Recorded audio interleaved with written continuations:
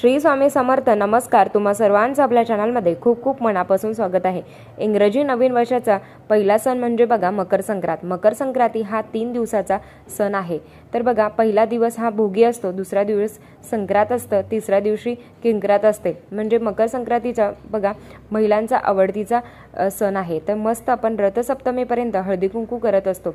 हळदी कुंकवाचा आपण लाभ सुद्धा घेत असतो. आजच्या व्हिडिओमध्ये तुम्ही बघा हळदी कुंकू करणार असाल तर 50% बायका हळदी कुंकू हे मकर संक्रांतीच्या दिवशीच करत असतात.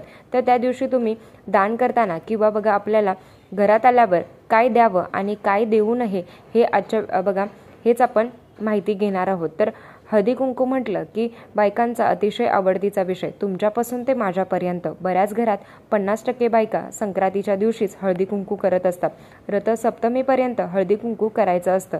तर मंगळवारी 14 जानेवारीला येणाऱ्या मकर संक्रांत आहे. तर हळदी कुंकू करताना किंवा मकर संक्रांतीपासून ते रथसप्तमीपर्यंत जेव्हा तुम्ही बघा हळदी कुंकू करणार असाल, हळदी कुंकू करताना काही गोष्टी दिल्या पाहिजेत आणि काही गोष्टी दिल्या नाही पाहिजेत. तर बघा दान धर्म करण्याचा हा सण आहे. तर दरवर्षी आपण संक्रांत कशावर आहे ते ऐकत असतो आणि ते सांगत असतात. तर बघा तुम्ही दान धर्म करा, पण बरेच लोक बघा सोनं चांदी हिरे मोती दान करत असतात, पण काही गोष्टी आहेत तर ते दिल्या नाही पाहिजे आहेत. सगळेच लोक हळदी कुंकू संक्रांतीला नाही करत. बऱ्याच महिला करतात, काही महिला बघा करत नाहीत. तर या संक्रांतीच्या दिवशी आपल्या घरात या वस्तूचं दान होणार नाही याची आपल्याला काळजी घ्यायची आहे. सगळ्यात आधी बघा प्लॅस्टिकचे डब्बे स्वस्तात मस्त दान करत असतो. तर बघा हे भारी वाटतात, हे 100ला 4 आहेत, खूप छान वाटतात. तर आपण ते बघा देत असतो. खरं तर बघा हिंदू धर्मामध्ये प्लॅस्टिकच्या वस्तू दान न करण्यासाठी सांगितल्या आहेत. खरं तर या प्लॅस्टिकच्या वस्तू मान्य नाही आहेत. तर कुठल्या पण वस्तू असेल तरी त्या तुम्हाला दान करायच्या नाही आहेत. या हळदी कुंकवाला बघा काहीच अर्थ नाही आहे. हळदी कुंकू हे आनंद लुटण्यासाठी आपण सण असतो. तर आपण एकमेकांना वाण देत असतो. कुठल्याही प्रकारची प्लॅस्टिकची वस्तू तुमच्याकडून दान होणार नाही याची तुम्हाला काळजी घ्यायची आहे. जी गोष्ट आपण बघा इतक्या प्रामाणिकपणे करत असतो ना, त्यातल्या त्यात ही मोठी गोष्ट आहे तर ही चुकीची असते. तर बघा दुसरं येतं संक्रांतीच्या सणामध्ये असं सांगितलं आहे की तुम्ही बघा सोनं चांदी दागिने तुम्ही दान करू शकता, पण बघा लोखंडाच्या वस्तू ॲल्युमिनियमच्या वस्तू ते तुम्ही बघा दान करू शकत नाहीत. तर तुम्ही टोकदार वस्तू धारदार वस्तू तर तुम्ही बघा सुई ह्या तुम्ही वस्तू तुम्हाला सवासणीच्या सणाला बघा दान करायच्या नाही आहेत. कुठल्याही प्रकारचं बघा धारदार वस्तू टोकदार वस्तू दान होणार नाही याची तुम्हाला काळजी घ्यायची आहे. वस्त्रदान केलं जातं पण आवर्जून करावं. पण बघा कधी असं असतं की संक्रांतीच्या दिवशी हळदी कुंकवाला बऱ्याच बायका बघा ब्लाऊज पीस वाटतात. चांगला आहे, पण बघा तुम्ही वापरलेल्या गोष्टी दान होणार नाही याची तुम्हाला काळजी घ्यायची आहे. मला नाही वाटत असं कोणी बघा दान करत असेल, पण या संक्रांतीच्या काळामध्ये गरजू लोकांना तुम्हाला चांगलं दान करावं. तर बघा तीळ पण अतिशय बघा महत्त्वाचं मानलं गेलं आहे. तर तुम्ही तीळ दान करू शकता. चादर बेडशीट ब्लँकेट चप्पल तुम्ही दान करू शकता. एखाद्याला बघा अन्नदान करू शकता. एखाद्याचं बघा 1 टायमाचं अन्न शिजेल असं तुम्ही एखाद्याला अन्नदान करू शकता. एखाद्याच्या 2 टायमाची भाजी तुम्हाला बघा त्यांनी खाल्ली जाईल शिजेल अशी बघा अशी पण तुम्ही 2 टायमाची भाजी तुम्ही त्यांना दान करू शकता. तर या संक्रांतीच्या काळामध्ये बघा ते प्लॅस्टिकचे छोट्या बॉटल तर ते तेलाच्या बघा पॅराशूटच्या बॉटल आहेत तर ते पण काही लोक दान करतात. तर ते तेल सुद्धा बघा दान करू नये. या संक्रांतीच्या काळामध्ये तेल सुद्धा बघा दान करू नये. तर तुम्ही म्हणाल ही काही पण सांगते, पण तुम्हाला माहिती आहे का आपण बघा शनी महाराजांच्या मंदिरात जातो तेल अर्पण करत असतो, बरोबर आहे ना. तर ते तुम्ही बघा देवाला अर्पण करू शकता, पण तुम्ही प्लॅस्टिकची बघा छोटीशी बॉटल आहे ती तुम्ही सुद्धा बघा तुम्हाला दान करायची नाही आहे.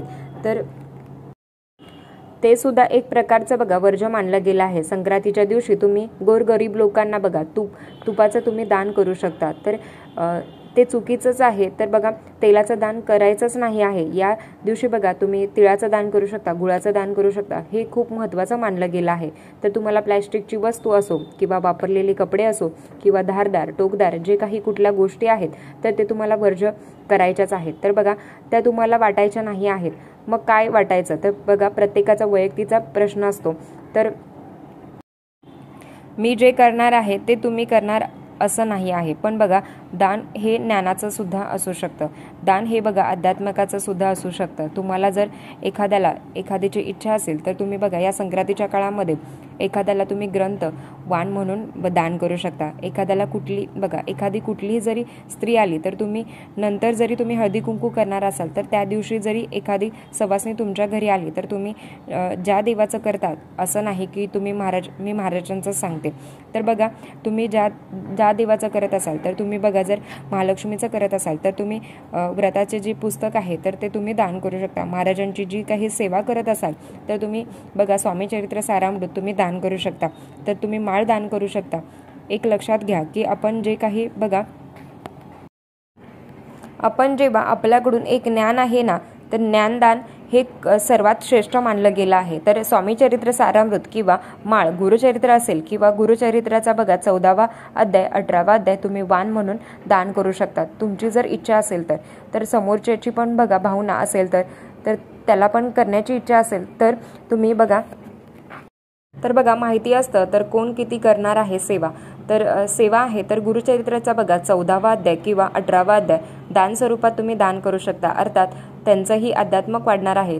बघा त्यांनी जर सेवा केली आहे त्यांचं पुण्य मिळावं म्हणून नका करू, पण बघा आपल्याकडून काहीतरी ज्ञानदान होत आहे तर हे खूप महत्त्वाचं आहे। कुठलाही ग्रंथ तुम्ही बघा जो परवडत आहे तर तो तुम्हाला नित्यसेवेचा असो किंवा स्वामी चरित्र सारामृत असो, दुर्गा सप्तशती असो, मल्हारी सप्तशती असो, कुठलाही ग्रंथ असो जे तुम्ही बघा ज्या देवाचं करत आहात त्या तुम्ही दान करू शकता।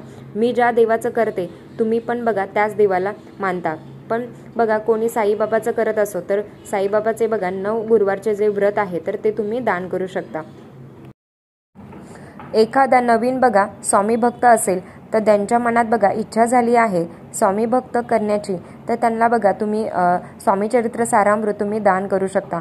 हे तुम्ही बघा वाण म्हणून देत आहे, एक स्त्री दुसऱ्या स्त्रीला वाण म्हणून देत आहे, हे तुम्ही स्वीकारा। आणि देवाला पण आपल्यासाठी नियोजन असतं तर आपल्यासाठी काय करावं तर कपडे वस्तू सुद्धा बघा तुम्ही दान करू शकता। आपण बघा खूप मॉडर्न आहोत,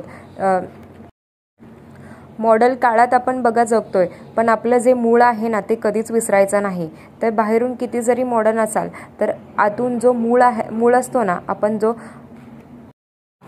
आपण जे अनुकरण करणार आहे तसंच बघा आपली मुलं पण करणार आहेत, म्हणून बघा त्यांना एक आदर्श निर्माण करायचा आहे। तर बघा तुम्ही किटी पार्टी करता, हळदी कुंकू करता, तर त्यापेक्षा बघा आपल्या घरात सवासणी येत आहेत ना तर त्यांना बघा दान धर्म करा, तर आपल्या घरातून न खाता पिता ती गेली नाही पाहिजे याची तुम्हाला काळजी घ्यायची आहे। तर आजचा मी व्हिडिओ इथेच थांबवते। आवडला असेल तर लाईक शेअर सबस्क्राईब। धन्यवाद। श्री स्वामी समर्थ।